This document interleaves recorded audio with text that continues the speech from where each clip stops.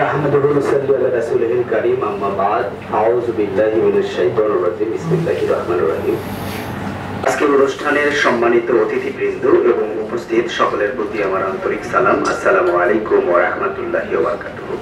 আজকে যে ব্যক্তির জন্মদিন, উনি বিশিষ্ট লেখক, সাহিত্যিক, সমাজসেবক, সুবক্তা, গর্বিত পিতা। লায়ন গরিমিয়া বাবুল স্যারের সঙ্গে আমার অনেক অনুষ্ঠানে যাওয়ার সৌভাগ্য হয়েছে।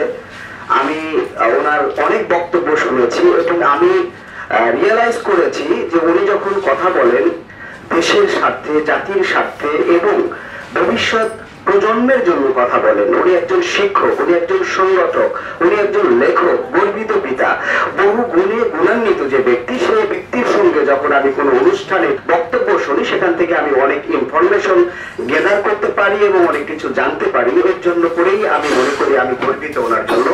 এবং আমরা আশা রাখবো লায়ন গরিমিয়া বাবুল, আল্লাহ যেন ওনার দীর্ঘ হায়াত দেন এবং দেশের জন্য, জাতির জন্য এবং ভবিষ্যৎ প্রজন্মের জন্য কথা বলে যেতে পারেন। ধন্যবাদ সবাইকে আমার বক্তব্য শোনার জন্য।